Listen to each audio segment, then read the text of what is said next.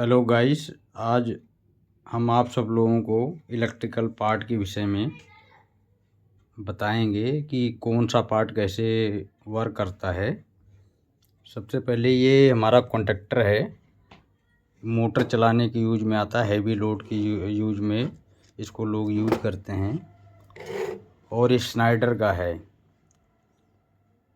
और ये भी स्नाइडर का है, एक और है। ये दोनों स्नाइडर हैं। इसके ऊपर मॉडल लिखा है LC1D09। तो ये 9 एम्पेयर का कॉन्टैक्टर है हमारा। और इसकी जो कॉइल बोल्ट है 220 है। M7 अगर कहीं लिखा है तो 220 वोल्ट का होता है कॉन्टैक्टर है। और ये भी कॉन्टैक्टर है, ये B7 लिखा है तो मतलब कि 24 वोल्ट हो गया। B7 जहाँ पर भी आएगा 24 वोल्ट AC है। दोनों AC कॉन्टैक्टर हैं, DC कोई सा भी नहीं है। और ये हम सेंसर की बात करें, ये प्रॉक्सिमिटी सेंसर है PNP-NO।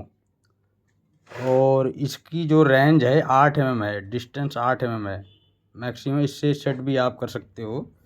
पीछे एक पेंच लगा है, इससे सेटिंग भी हो जाती है, कम और ज़्यादा कर सकते हो आप, मगर मैक्सिमम 8 mm है इसकी रेंज जो है।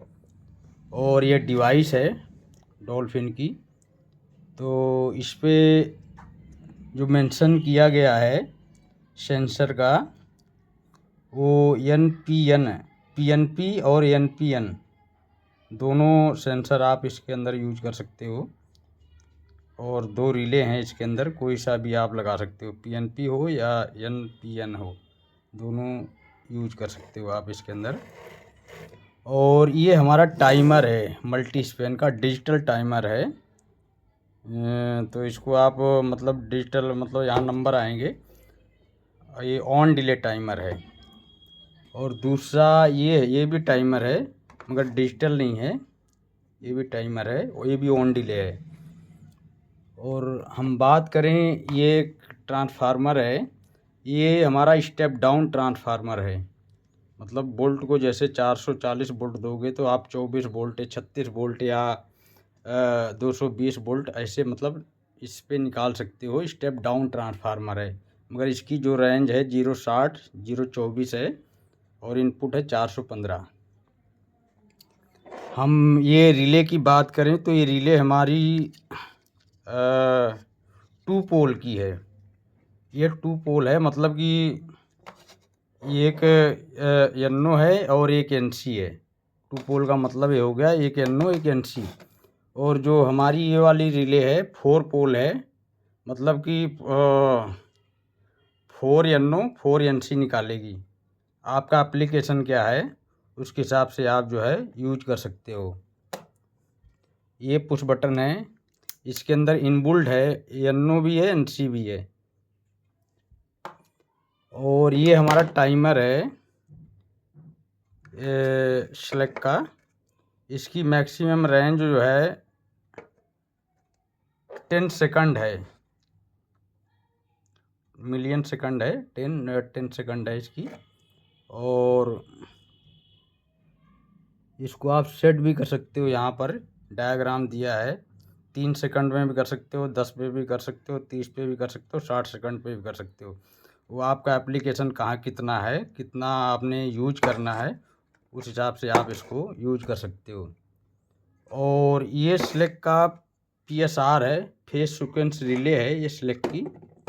तो इसके अंदर मतलब कि इनबिल्ट ही प्री सेट है, प्री सेटिंग दिया है। इन्होंने ये बताया है कि नॉमिनल कंडीशन में ऑन रहेगा, फेस रिवर्स पे ऑफ रहेगा, और 30 से 154 वोल्ट होगा तो ऑफ हो जाएगा। फेस अनबैलेंस, अनबैलेंस मतलब कोई जैसे 3 फेस है, तीनों में 415 वोल्ट आ रहे हैं और एक फेस में कम हो जाएगा, जैसे 370 या कुछ वोल्ट आ जाएगा ना, तो उस पर ये बंद हो जाएगा।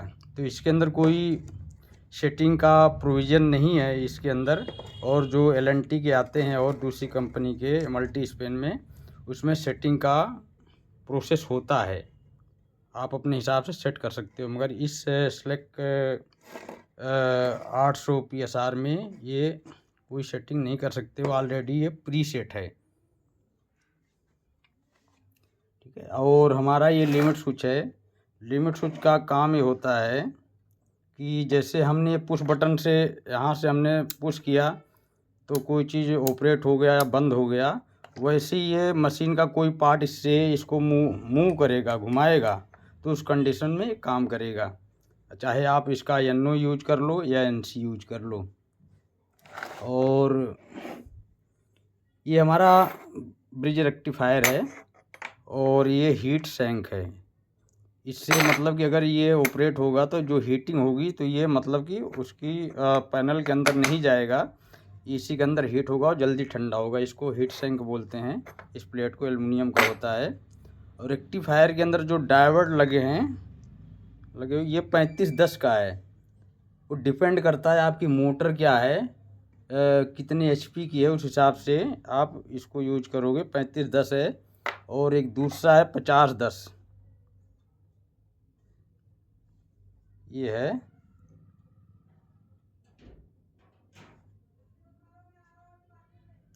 ये है 5010 का है। ठीक है, तो आप अपने एप्लीकेशन के हिसाब से आप यूज कर सकते हो कि कैसे आपने वो करना है। अभी तो हमने इसमें बेसिक आपको सब कुछ बताया है। अगली वीडियो में हम आपको 5 कॉन्टैक्टर पे, ये 5 कॉन्टैक्टर पे एक सर्किट बनाएंगे। और डिपेंड करता है आपका एप्लीकेशन क्या है और आपने किस चीज़ पे यूज करना है। तो हम 5 कॉन्टैक्टर के ऊपर एक सर्किट बनाएंगे जिसमें 2 या 3 टाइमर लगाएंगे और रिले भी हम यूज करेंगे। तो उसके अंदर अगली वीडियो में हम पूरा प्रोसेस बताएंगे इलेक्ट्रिकल के विषय में, कैसे कौन सा पार्ट कैसे काम करता है। और कॉन्टैक्टर, सबसे पहले आपको कॉन्टैक्टर को होल्डिंग के विषय में बताएंगे, वो कि कॉन्टैक्टर को होल्डिंग कैसे करना, होल्ड कैसे करना है। उसके बाद में सारा आपको प्रोसेस हम बताएंगे, पूरा वीडियो में एक एक चीज़ एक्सप्लेन करेंगे। अभी मेरे पास थोड़ा सा कोई सिस्टम नहीं है वीडियो बनाने का, इसलिए हमने वैसे ही बनाया है। आप सब लोग फॉलो और कमेंट करते रहोगे तो हम आपको एक एक चीज़ बताते रहेंगे और सिखाते रहेंगे।